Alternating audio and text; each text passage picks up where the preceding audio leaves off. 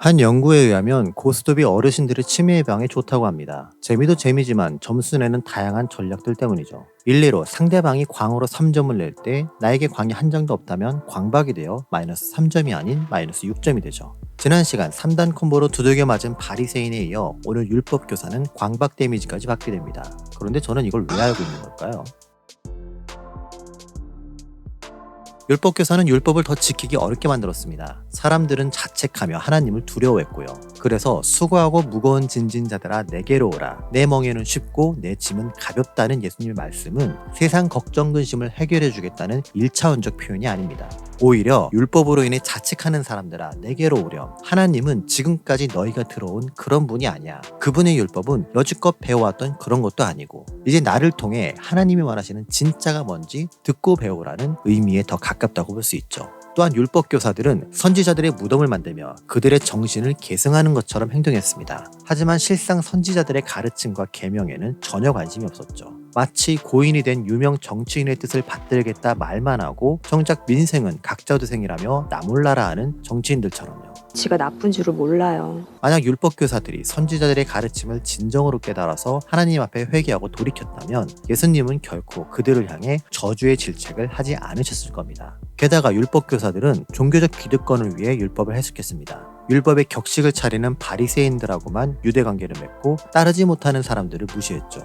하나님을 아는 율법을 지식의 열쇠로 가졌음에도 그들은 하나님께 가까이 가지 않았으며 사람들 또한 가까이 하지 못하도록 막았습니다. 결국 그들은 자신들의 이익과 전통을 지키기 위해 예수님의 가르침을 거부하지요. 사람들의 끊임없는 불순종에도 하나님은 계속해서 선지자들을 보내셨습니다. 하지만 사람들은 선지자들을 죽이며 박해했죠. 이를 잘 보여주는 예시가 바로 마태복음의 포도원 비유입니다. 포도원 주인은 농부들에게 세를 준 후 멀리 떠납니다. 수확대가 되어 열매를 받기 위해 종들을 보내자 농부들은 그들을 때리고 돌로 치고 심지어 죽이기까지 하죠. 이에 주인은 아들을 보내며 그들이 아들만큼은 존대할 것이라 기대합니다. 하지만 농부들은 상속자의 유산을 차지하기 위해 아들마저 죽이지요. 이 비유의 본질은 제사장과 바리새인들을 향한 경고였습니다. 농부들이 소작농의 의무를 다하지 않았던 것처럼 그들은 종교적 리더로서의 책임을 다하지 않았지요. 이들의 방종과 교만은 종교적 사명과 함께 믿음의 특수성을 잃게 만들었습니다. 종교적 리더의 한 축이던 율법교사도 그 상실의 책임으로부터 자유로울 수 없지요. 올바르게 율법을 해석하지 않았으며 오히려 이를 무기 삼아 사람들 위해 군림한 책임을 져야 하니까요. 그래서 예수님은 율법 교사들에게 아벨부터 사가랴 이르기까지 모든 선지자들의 피를 책임져야 한다 말씀하십니다. 이는 하나님의 뜻을 아는 자들이 불순종하고 책임을 받은 자들이 제 역할을 다하지 못한다면 결국 누군가가 죽게 된다는 비극적인 저주지요. 오늘날의 목회자들은 예배를 인도하는 제사장이자 하나님의 말씀을 가르치는 율법교사입니다. 그래서 종교적 지도자로서 영적인 권위를 가지죠. 하지만 이 권위에는 그만큼 중대한 책임이 따릅니다. 야고보서의 기록처럼 선생된 자가 더 엄격한 심판을 받게 되니까요.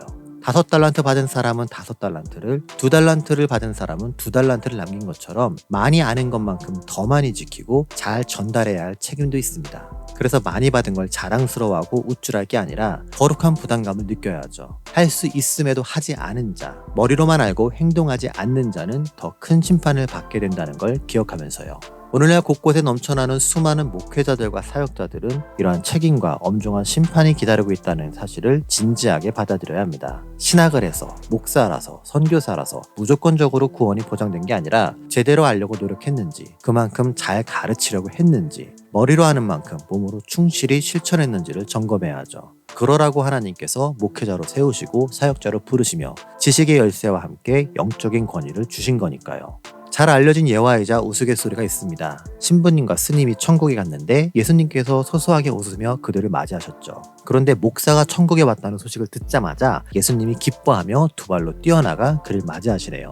이를 보고 서운함을 느낀 신부님과 스님이 예수님께 우리는 평범하게 맞이하고 목사는 환영하시네요. 차별하는 거예요? 라고 물었죠. 이에 예수님은 너희 쪽은 종종 천국에 오는데 목사는 정말 오래간만이라 그랬어 라고 답하셨다죠. 상상의 이야기지만 이것이 담고 있는 메시지는 우리가 반성해야 할 주제입니다. 행동으로 구원받는 게 아니라고는 하지만 목사님의 행동이 신부님이나 스님보다 딱히 나은 게 아니니까요. 훌륭한 설교나 강의와는 다르게 삶에선 전혀 다른 모습의 목회자들도 많으니까요. 잘 들어. 나 한 번만 말할 거고 후토크 없어. 고가의 시계 모으기가 취미라 선언하며 이것을 하나님의 축복이라 말하는 사람. 총회장이 되기 위해 수십억의 돈봉투를 뿌려가며 목사들 위해 목사로 군림하려는 사람. 자신의 몸으로 여성도를 정결케 하겠다는 성스러운 육신 덩어리들. 이들처럼 쉽게 구분되는 장사꾼 같은 목사들은 그나마 피하기가 쉽습니다. 그러나 이들보다 한두 단계 더 고수들은 티도 잘 안 나죠. 아들에게 교회를 물려주는 게 하나님의 뜻이라며 교인들에게 순종을 강요하는 사람. 정치인들에게 교회를 표밭으로 내주고 대가성 헌금을 받으며 복음을 전파했다고 착각하는 사람.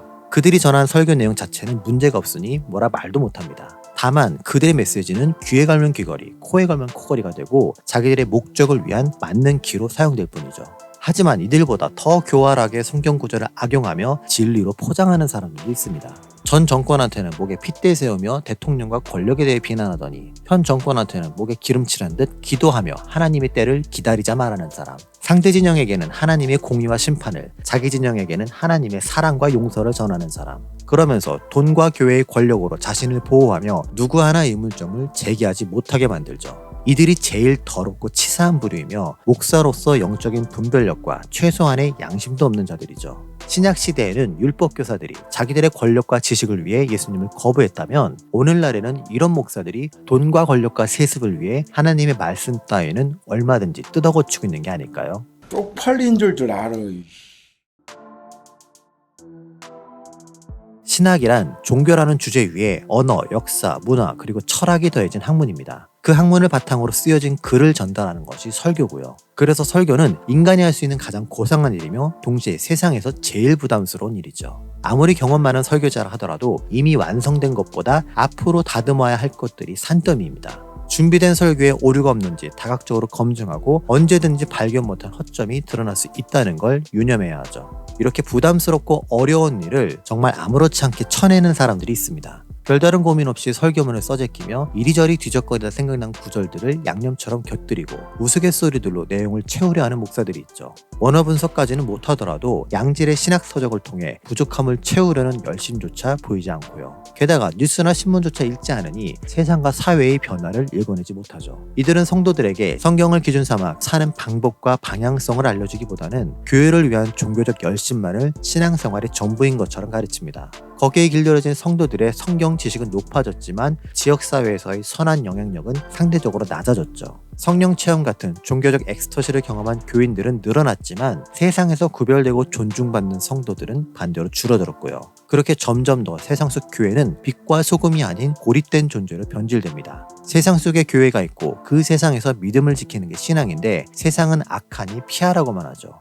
예수님이 가르치신 믿는 자의 삶은 하나님을 따르는 것이지 특정 목사를 주인 삼아 사는 게 아닙니다. 그분이 보여주신 거룩한 삶은 세상에서 진리를 드러내는 것이지 세상과 담쌓고 자기네 교인끼리만 즐거워하는 게 아니고요. 아무리 하찮게 보여도 사람은 그렇게 사는 거야. 성경에는 은혜와 사랑, 축복과 구원 같은 달콤한 내용들이 담겨 있습니다. 반면 공의와 심판, 회개와 징벌 같은 부담스러운 내용도 담겨 있죠. 하지만 이제껏 목사들은 달콤한 내용으로 성도들을 꼬셔왔습니다. 그래야만 봉사하고 헌금하며 교회가 커지니까요. 성도들도 성경의 달콤한 부분만을 듣기 원했죠. 마음의 위로를 얻은 만큼 만족함에 헌금할 수 있으니까요. 어쩌다 한 목사가 용기를 내어 직면하기 거북한 내용을 전한다면 성도들은 설교가 어쩌니 저쩌니 평가하며 노골적인 불만을 드러냅니다. 내 귀에 듣기 좋고 마음이 편한 소리를 하면 향긋한 커피처럼 가까이 가지만 내 귀에 거슬리고 마음을 찌르는 소리를 하면 소화불량처럼 피하려 하죠. 여론이 커지면 교회나 공동체에서 쫓겨날 수도 있기에 목사들은 점점 더 성도의 기호에 맞는 설교를 하게 되는 것이죠. 이러한 현실이 오늘날 한국교회의 상황을 만들었습니다. 제대로 연구하고 바르게 전달하기 위한 노력을 하지 않는 목사, 메시지에 대한 분별 없이 목사님이면 무조건 옳게 여기는 성도, 밥줄이 끊길지 모른다는 염려 속에 적당히 눈치 봐가며 설교하는 목사, 삶의 적용과 실천보다는 축복과 은혜로 만족하려는 성도, 예수님 당시 율법교사가 했던 잘못을 오늘날 목회자들이 그대로 답습하고 그 시절 바리새인들의 배타적 교만이 오늘날 크리스천들에게도 보여지는 현실입니다. 현실이 이런데 과연 우리가 율법교사와 바리새인들에게 나쁜 놈이라며 비난할 수 있을까요? 지금도 어딘가에서 받은 사명을 위해 헌신하는 목사님들이 계십니다. 약대 털옷을 입은 침례 요한처럼 행색이 누추해 보일지라도 그분들의 메시지는 결코 초라하지 않은 진짜 메시지이죠. 사람이 눈치 보지 않고 권력에 빌붙지 않으며 돈이 아닌 하나님만 바라보며 이름 없이 빚도 없이 자신의 길을 가는 분들이 있습니다. 하나님이 진짜이기에 목숨 걸고서라도 할 말을 하는 그런 분들이 분명 어딘가에 계십니다. 그런 분들이 이 영상을 보시는 여러분들의 곁에 있었으면 좋겠습니다. 우리가 그분들의 메시지를 듣고 반응해야지만 예수님이 말씀하신 화가 우리에게까지 오지 않을 테니까요. 여러분들에게 그러한 하나님의 인도하심과 귀한 만남의 축복이 함께하길 소망하며 다음 시간에 만나요.